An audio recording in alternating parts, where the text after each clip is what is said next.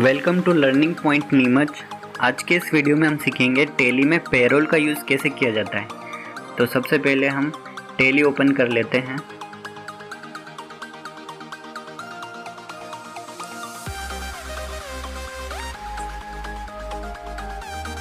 ये हमारे सामने टैली ओपन हो चुका है। तो हम देख लेते हैं पहले यहाँ पर कौन सी कंपनी बनी है। तो हम यहाँ पर एक नई कंपनी बना के आपको स्टेप वाइज सिखाएंगे। तो एक नई कंपनी क्रिएट करते हैं। जैसे हम यहाँ पर ए कंपनी नीमच के नाम से एक कंपनी क्रिएट कर रहे हैं।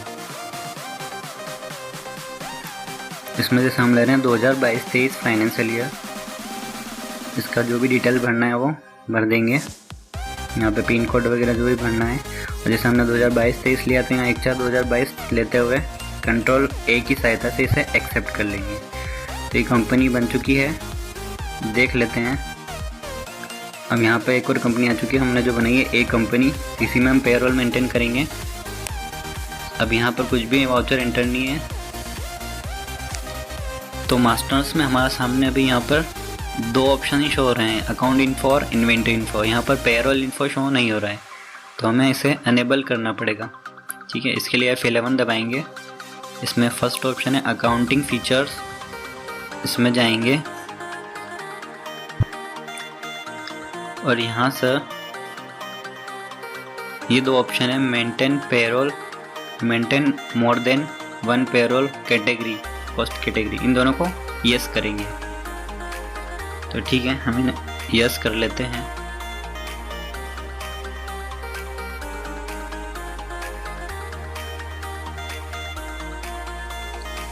ठीक है, दोनों ऑप्शन को यस कर लिया है। अब कंट्रोल ए की सहायता से इसे एक्सेप्ट कर लेंगे।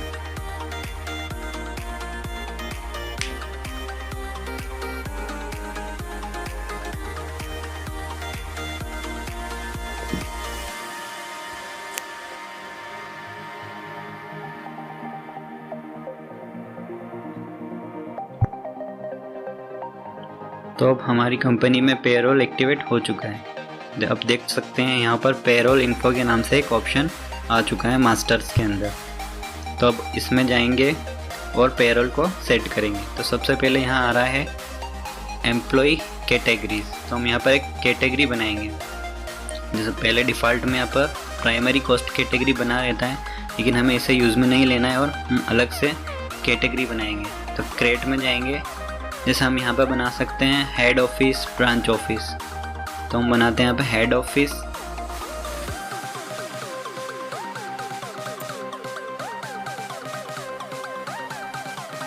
और ऐसे बना देते हैं हम ब्रांच ऑफिस।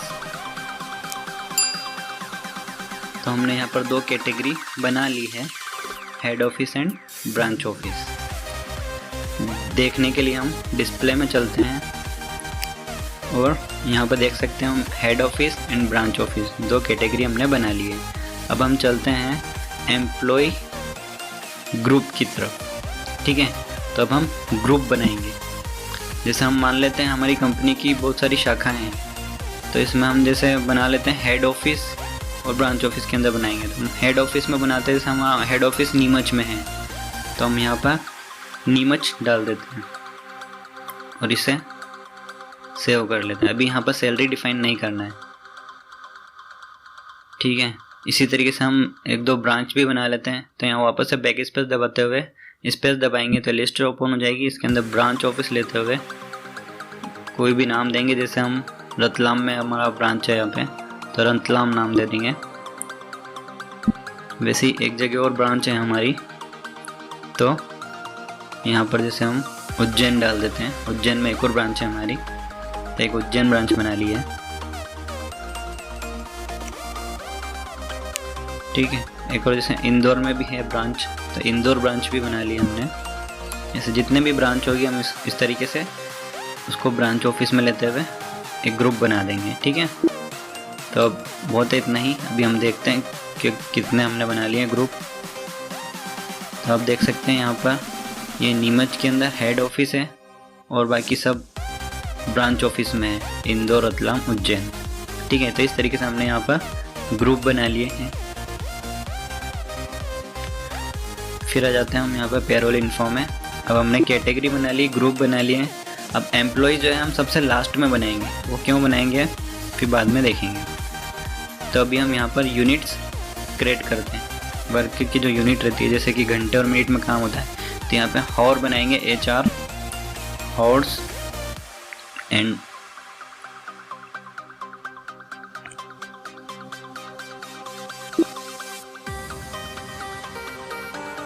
इसी तरीके से मिनट का बनाएंगे हम, MIN मिनट।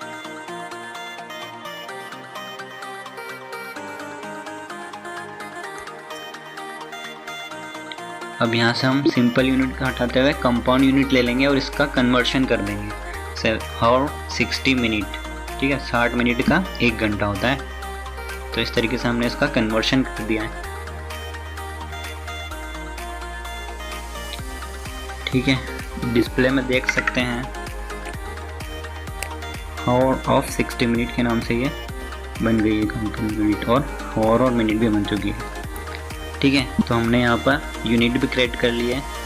अब चलते हैं हम अटेंडेंस प्रोडक्शन टाइप की तरफ। तो यहाँ पे एक तो हम यहाँ पे जैसे प्रेजेंट के थ्रू भी कैलकुलेट कर सकते हैं और एक लीव के थ्रू भी। तो अगर हम प्रेजेंट लेंगे यहाँ पर, तो यहाँ पर क्या लेंगे हम, यहाँ पर अटेंडेंस लीव विथ पे, अगर प्रेजेंट के थ्रू अपने को कैलकुलेशन करवानी है तो। लेकिन इसमें एक और भी होता है लीव।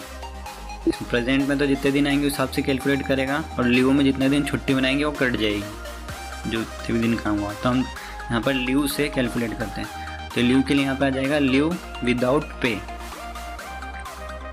ओके। तो हम यहाँ पर लीव से कैलकुलेशन कर रहे हैं, प्रेजेंट से नहीं कर रहे हैं। तो लीव के नाम से हमने यहाँ पर अटेंडेंस बना दिया है। इसी तरीके से एक ओवर टाइम भी होता है, वो टाइम से ज़्यादा काम करता है तो उसके लिए उसको ओवर टाइम भी मिलता है। तो ओवर टाइम इसको लेंगे हम प्रोडक्शन में, और जो हमने कंपाउंड यूनिट बनाई थी उसे इसमें लेते हुए सेव कर लेंगे,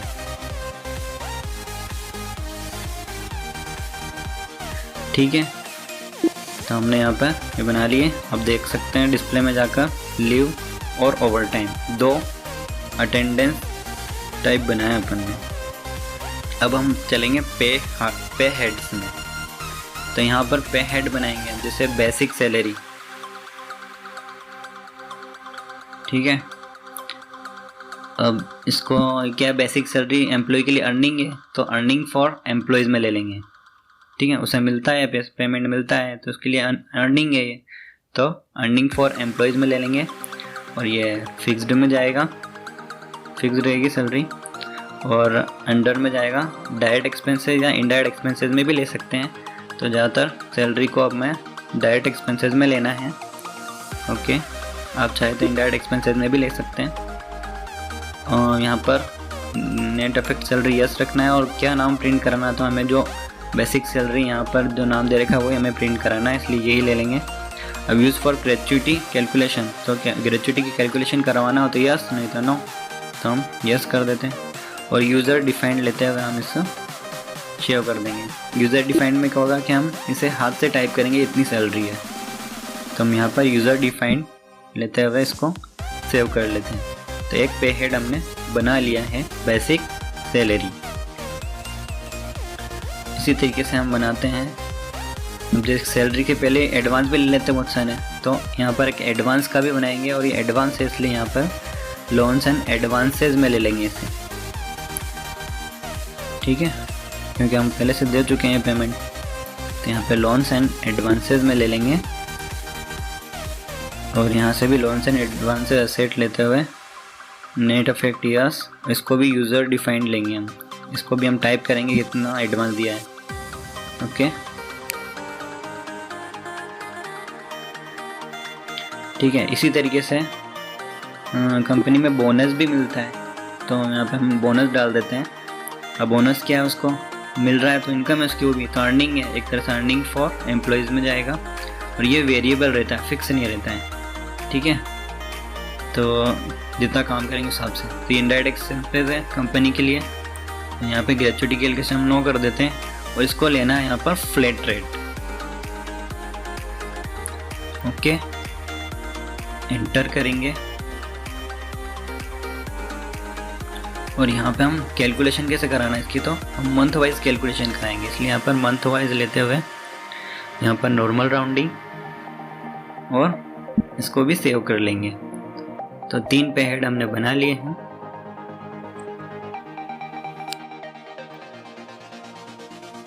अब चलते हैं हम पीएफ की तरफ। पीएफ अभी क्या है, डिडक्शन का लेजर है, तो अभी एम्प्लॉय अगर गवर्नमेंट की तरफ से कटता है तो एम्प्लॉयज़ लेते हैं, और एम्प्लॉयर अगर को देता है तो जो कंपनी का मालिक अगर कुछ इसमें कंट्रीब्यूशन करता है तो हम ये लेंगे एम्प्लॉयर स्टैट्यूटरी डिडक्शन। अभी हमें एम्प्लॉयज़ स्टैट्यूटरी डिडक्शन लेना है, तो हम इसे लेते हुए एंटर कर लेंगे, क्योंकि यहाँ पे जो गवर्नमेंट की स्कीम की तरह जो पीएफ मिलता है वो ये लेना। हम इसमें डिडक्शन फ्रॉम एम्प्लॉयज़ भी ले सकते हैं, लेकिन हमें एम्प्लॉयज़ स्टैट्यूटरी डिडक्शन लेना है, ये सही होता है। ठीक है, यहाँ पर हम करंट लाइबिलिटीज़ और ड्यूटीज टैक्सेस जो भी मेंटेन करना चाहते हैं, तो हम जैसा करंट लाइबिलिटीज़ ले लेते हैं। और यहाँ पर जैसे हम देखो यहाँ पर पीछे आके यहाँ पे वापस एंटर करेंगे तो ऑटोमेटिक ये कंप्यूटेड यहाँ पे ले लिया इसने, कंप्यूटेड वैल्यू मतलब कैलकुलेशन करेगा, ये चेंज नहीं कर सकते अपन, तो ऑटोमेटिक ले लेगा। ठीक है, अब यहाँ पे नॉर्मल राउंडिंग लेते हुए यहाँ पे कैलकुलेशन किस टाइप कराना है, तो स्पेसिफाइड फार्मूले पे कराना है हमें। और किसके ऊपर कराना है, तो बेसिक सैलरी का पीएफ कटेगा। तो बेसिक सैलरी लिया हमने। ठीक है, बेसिक सैलरी कब से एप्लीकेबल है, जब से फाइनेंशियल ईयर है। अब यहाँ पर जैसे हम लिमिट डाल सकते हैं कि 10,000 रुपये की सैलरी तक कुछ वैल्यू में लेना हो तो इस सैलरी से ले सकते हैं कि 10,000 रुपये की वैल्यू तक 1,000 रुपये पीएफ कटेगा। ठीक है, 10,000 की सैलरी तक, और 10,000 के ऊपर जितनी भी सैलरी होगी उस पर वो कटेगा। तो हम यहाँ पे परसेंटेज लेते हैं। ठीक है, 10,000 तक सैलरी है तो उस पर 7.5% पीएफ कटेगा, और 10,000 से ऊपर जितनी भी सैलरी है तो उस पर हम मान लो 7.9% डाल देते हैं। तो यहाँ पे परसेंट लेते हुए 7.9% पीएफ डाल देते हैं। 10,000 रुपये की सैलरी तक तो 7.5% कटेगा बेसिक सैलरी पर, और 10,000 से ऊपर की सैलरी पर 7.9% पीएफ कटेगा। ठीक है, तो इसे हम सेव कर लेते हैं। ठीक है, इसी तरीके से हम एक और बना लेते हैं पे हेड डीए, डियरनेस अलाउंस। ठीक है, पीएफ का था प्रोविडेंट फंड। अब हम यहाँ पर इसे भी एम्प्लॉयज स्टैट्यूटरी डिडक्शन लेंगे, जैसा पीएफ का खाता है वैसे ये भी है, इसे भी करंट लाइबिलिटीज़ में ले लेंगे। ओके, यहाँ पर भी नेट अफेक्ट सैलरी यस रहेगा, इसमें भी देखो कंप्यूटेड वैल्यू आएगा ऑटोमेटिक। इसमें भी स्पेसिफाइड फार्मूला बेसिक सैलरी, ये भी बेसिक सैलरी पे कटेगा। ठीक है, तो अब यहाँ से मैंने बता तो दिए लिमिट कैसे लेते हैं। अब डायरेक्ट हम परसेंटेज ले लेते हैं यहाँ पे। ठीक है, परसेंटेज कितना कटेगा इसका हम डाल देते हैं यहाँ पे, मान लो 3% डीए कटेगा सैलरी का। ठीक है, इसको भी हम सेव कर लेते हैं। नेक्स्ट चलते हैं हम HRA की तरफ। ठीक है, तो यहाँ पे हम बनाते हैं एक पेड HRA, तो ये भी इसका डिडक्शन ही है एम्प्लॉयज़ का, तो एम्प्लॉयज स्टैट्यूटरी डिडक्शन ले लेते हैं। ठीक है, और इसको भी करंट लाइबिलिटीज़ लेते हुए यहाँ पर नॉर्मल राउंडिंग। ठीक है, और स्पेसिफाइड फार्मूला। अब यहाँ पर हमें देखना है कि जो HRA है वो बेसिक सैलरी और डीए दोनों से मिल के कटता है, तो इसको देखते हैं कैसे लेते हैं। सबसे पहले हम बेसिक सैलरी ले लेंगे, फिर वापस डीए पे भी लगेगा, इसलिए हम यहाँ पे एड पे हार्ड करते हुए डीए ले लेंगे। ठीक है, और एंड ऑफ लिस्ट कर देंगे। तो आप यहाँ देख सकते हैं बेसिक सैलरी प्लस डीए दोनों आ गया है, मतलब हम जहाँ पे जो भी परसेंटेज देंगे वो दोनों पे मिल के कटेगा। तो हम यहाँ पे दे देते हैं मान लो 10%, तो ये बेसिक सैलरी प्लस डीए दोनों का मिला के जो भी अमाउंट हो रहा है उसका 10% HRA कटेगा। तो इस तरीके से अगर कोई दो एक साथ भी काटना हो, दो मिला के, तो इस तरीके से काट सकते हैं। ठीक है, तो ठीक है, हमने इतने सारे पेड बना लिए हैं। अब जो भी लगता है इस तरीके से हम बना सकते हैं। अब देखते हैं पहले कौन कौन से बना दिए हमने। डिस्प्ले में चलते हैं। बेसिक सैलरी बना दिया है, एक एडवांस बना दिया है, एक बोनस बना दिया है, डीए, HRA और पीएफ। ठीक है, ये बना दिया है। अब चलते हैं हम सैलरी डिटेल की तरफ। इसके अंदर चल के हम डिफाइन करेंगे सैलरी को। ठीक है, तो इसमें क्या होगा, हम इसके अंदर सबके अंदर इसको डिफाइन कर देंगे। तो पहले हम हेड ऑफिस के अंदर करते हैं नीमच, ठीक है। सबसे पहले लेंगे बेसिक सैलरी, ठीक है। फिर आएगा एडवांस, फिर लेंगे हम बोनस। अब बोनस में यहाँ पे हमें रेट देना पड़ेगा, मतलब कितना बोनस देना है। तो मान लो हम यहाँ पर 500 रुपये पर महीने के हिसाब से देंगे। तो देखो ये 500 रुपये पर महीने के हिसाब से मिल रहा है ना, तो 500 रुपये बोनस मिलेगा पर महीने के हिसाब से। तो पीएफ, डीए और एचआरए लेते हुए हम इसे सेव कर लेंगे, ठीक है। यहाँ पे हमें ये ध्यान देना है कि जो एचआरए है वो बेसिक सैलरी और डीए दोनों पे कटता है, तो इसलिए हमें एचआरए से पहले इन्हें लेना है, ओके, ठीक है। हम इसे सेव कर लेते हैं। इसी तरीके से हम सभी ब्रांच ऑफिस में भी इसे सेट कर लेंगे। तो हम चलते हैं अब इंदौर ब्रांच में। हम यहाँ पे डेट डाल देंगे 1 अप्रैल। अब सबसे खास बात है यहाँ पे हम इसे एक बार सेट कर लें, तो हम इसे अब फ्रेश करेंगे, तो स्टार्ट फ्रेश करेंगे तो हमें वापस से डालना पड़ेगा। तो हम इसे कॉपी कर लेंगे। तो इस हमें नीमच का हेड बना लिया था, नीमच हेड ऑफिस का, इसको ओपन कर लेंगे। तो जो भी डिटेल डली थी इसमें ओपन हो चुकी है। हम इसमें हम जाके जो भी चेंजेस करना है कर लेंगे, जिससे कि हम बोनस का रेट इसमें चेंज कर देते हैं, ओके। तो हेड ऑफिस में 500 रुपये मिल रहे हैं, तो ब्रांच ऑफिस में सभी में हम 300 रुपये बोनस दे देंगे, ठीक है। बाकी सब ऐसे ही सेट रहेगा। तो हम इसे सेव कर लेते हैं,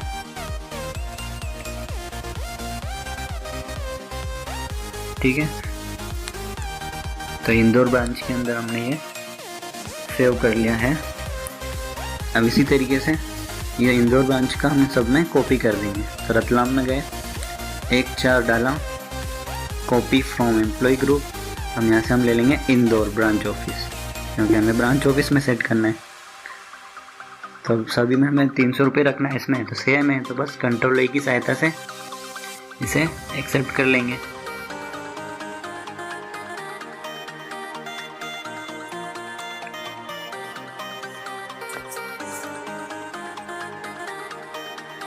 ठीक है, ये भी बन चुका है। इसी तरीके से हम उज्जैन ब्रांच में भी सेट कर लेंगे।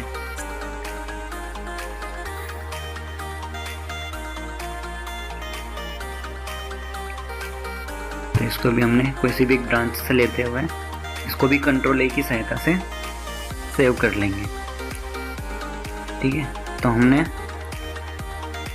सभी ब्रांच में सैलरी डिफाइन कर दी है,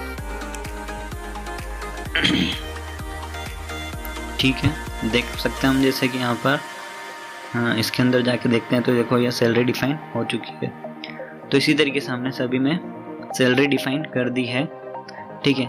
तो यहाँ पर हमने एक एक करके, ये वाउचर टाइप है, तो इसके अंदर तो ये सब है, नया बनाने की ज़रूरत नहीं है हमें, ठीक है। तो इसे तो ऐसे रहने देते हैं हम। और हम देखते हैं, हम इसमें हमने एक एक करके सारे कर लिए हैं, कैटेगरी, एम्प्लॉय ग्रुप सारे हमने सेट कर लिए हैं, ओके। तो अब बचता है इसमें एम्प्लॉय। तो अब हम एम्प्लॉय क्रिएट करेंगे, एम्प्लॉय जिसे हम सैलरी देंगे, जो हमारे यहाँ पे वर्क कर रहे हैं, ठीक है, कंपनी में। तो हम यहाँ से हम स्पेस करते हुए पहले हेड ऑफिस बना लेते हैं। हेड ऑफिस के अंदर कौन काम कर रहा है, जैसे कि मान लो यहाँ पर रिया जैन नाम की एक लड़की है जो काम कर रही है, और ये नीमच में ही है हेड ऑफिस। तो हम यहाँ से नीमच ले लेंगे, जो कि हमने बनाया था। और ये डेट ऑफ ज्वाइनिंग, कब से ज्वाइन करा उसकी डेट आ जाएगी, ठीक है, कंपनी कब से ज्वाइन करी। और यहाँ पे सैलरी डिफाइन यस करते हुए कॉपी कर लेंगे। और ये नीमच ग्रुप है, तो हम इसको नीमच से सेट करा देंगे, ठीक है। और कंट्रोल A की सहायता से इसे एक्सेप्ट कर लेंगे। तो यहाँ पे हमारा समय बच जाएगा, ठीक है ना। हमें बार बार लेने की ज़रूरत नहीं पड़ेगी, हमने एक बार हेड ऑफिस और ब्रांच ऑफिस में इसे सेट कर दिया है, तो ये ऑटोमेटिक ले लेगा। अब यहाँ पे सारी डिटेल भरते हुए हम इसे सेव कर लेंगे। तो अभी हम बिना डिटेल के ही सेव कर लेते हैं। अब हम एक और एम्प्लॉय बनाएंगे, तो उसके लिए वापस से बैक स्पेस दबाएंगे, यहाँ पर B दबाते हुए ब्रांच ऑफिस ले लेंगे।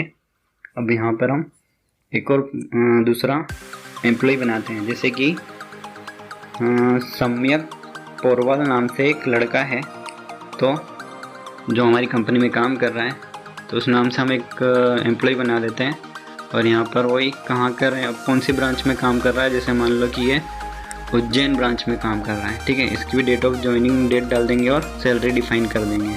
अब यहाँ से हम उज्जैन सिलेक्ट कर लेंगे तो इसके अंदर जो भी सैलरी का डिटेल सिलेक्ट होगी वो ऑटोमेटिक आ जाएगी और कंट्रोल ए की सहायता से हम इसे भी एक्सेप्ट कर लेंगे।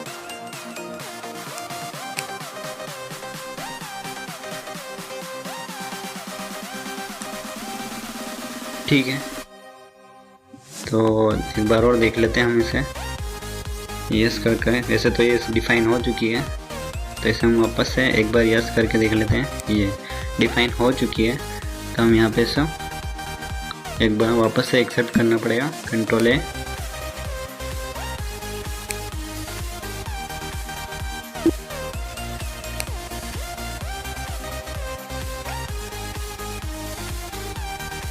ठीक है, इसमें भी डिटेल भरते हुए हम कंट्रोल ए की सहायता से इसे भी सेव कर लेंगे। ठीक है, तो अभी हमने केवल 2 एम्प्लॉय बनाए हैं, आप आगे बनाते हुए सीख लेना। ठीक है, तो हमने यहाँ पर एक एक करके सारे ऑप्शन बना लिए हैं। अब हम चलते हैं इसकी एंट्री करने की तरफ। तो अब ट्रांजैक्शन के अंदर हम यहाँ पर अकाउंटिंग वाउचर में नहीं करेंगे, पेरोल वाउचर के अंदर एंट्री करेंगे।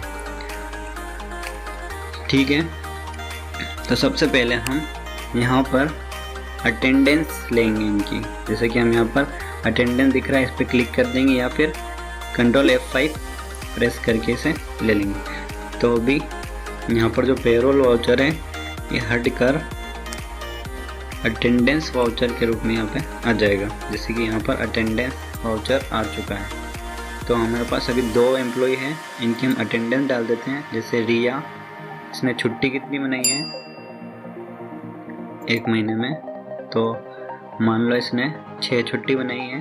फिर वापस रिया लेते हुए इसने ओवर टाइम भी किया होगा, तो मान लो इसने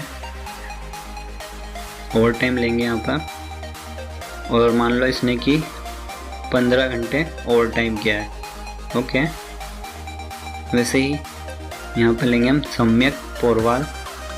ठीक है, इसने मान लो छुट्टी बनाई है 3 दिन और ओवर टाइम नहीं किया है मान लो इसने, तो हम यहाँ पर इसको वापस नहीं लेंगे और एंड ऑफ लिस्ट कर देंगे। ठीक है, तो यहाँ पर क्या हुआ कि रिया जैन ने छुट्टी भी बनाई और ओवर टाइम भी किया है, और सम्यक पोरवाल ने ओनली छुट्टी बनाई है। अब यहाँ पर ये याद ना है कि हम जैसे भी इंट्रिया कर रहे हैं तो लास्ट की डेट डालनी है। तो अब जैसे अप्रैल में तो ले नहीं सकते हम, क्योंकि ये एजुकेशनल मोड है। तो हम यहाँ पर जैसे मई की एंट्री करके देखते हैं, तो 31/5 हम लास्ट डेट की, महीने की लास्ट डेट की एंट्री कर रहे हैं। ठीक है, तो 31/5 में इसे हम सेव कर लेंगे। तो यहाँ से हमने इनकी अटेंडेंस ले ली है।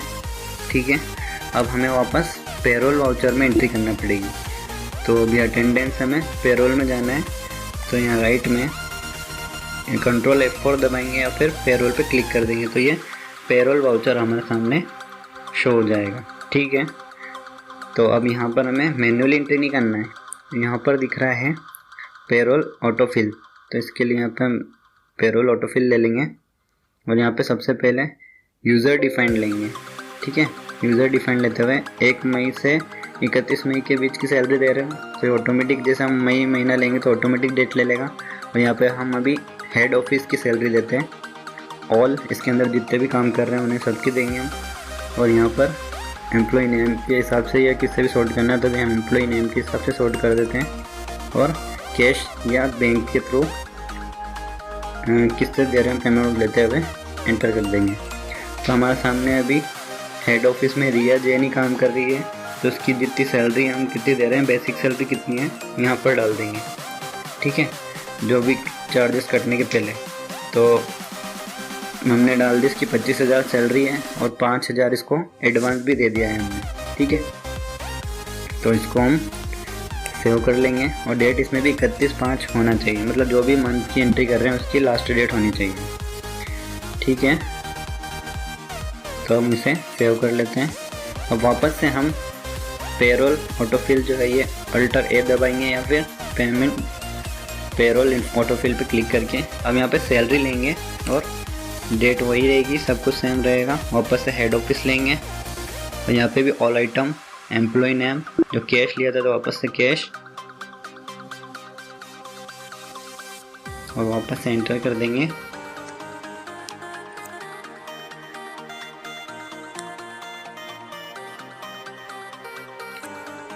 ठीक है, तो हमने जहाँ पे जो सैलरी डिफाइन करी थी उसके हिसाब से automatic bonus, PF, DA, HRA cut के आ चुका है। ठीक है, इसे भी हम सेव कर लेंगे। ठीक है, तो हम सेव कर लेते हैं।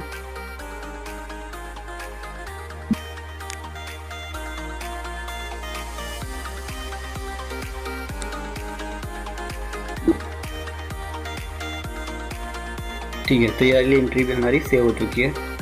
अब इसी तरीके से हम अगली एंट्री करना है तो वापस से यूज़र डिफाइन करेंगे, यहाँ पर जाएंगे, डेट वही रहेगी। अब हेड ऑफिस की होगी थी, अब ब्रांच ऑफिस का लेते हुए हम जैसे यूज़र डिफाइन लिया था वैसे यूज़र डिफाइन ले लेंगे। अगली बार फिर सैलरी ले लेंगे और जैसे अभी एंट्री करी थी वैसे कर लेंगे। तो अब ये आप कर लेना। अब हम देखते हैं जो हमने एंट्री करी है उसकी सैलरी स्लिप प्रिंट कैसे करना है। तो पहले तो हम जाएंगे यहाँ पर डिस्प्ले में, तो डिस्प्ले में चले जाते हैं हम और यहाँ से पेरोल रिपोर्ट के अंदर जाना है।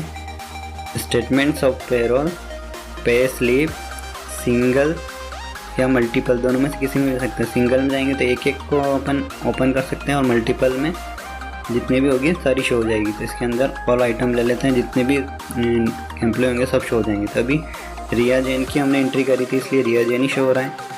अब इसको एंटर कर देंगे यहाँ से, तो यहाँ पर इसकी डिटेल आ चुकी है। बेसिक सैलरी इसकी 25,000 है, बोनस इसे 500 रुपये मिला है, एडवांस इसको 5,000 रुपये पहले ही दे दिया था तो इसका कट चुका है।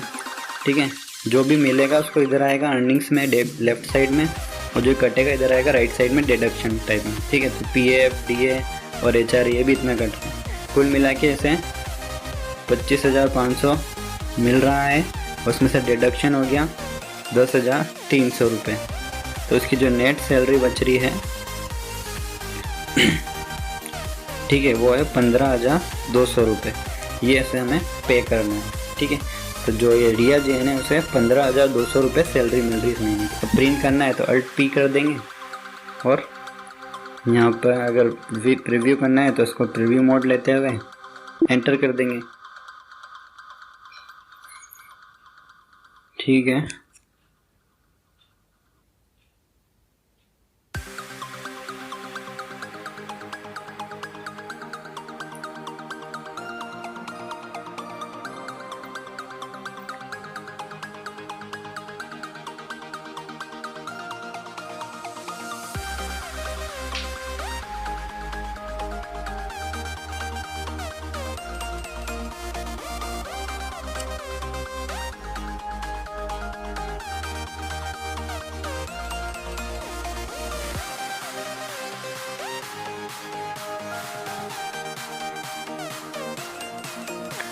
तो ये हमारे सामने पे स्लिप की जो प्रीव्यू है शो हो चुका है।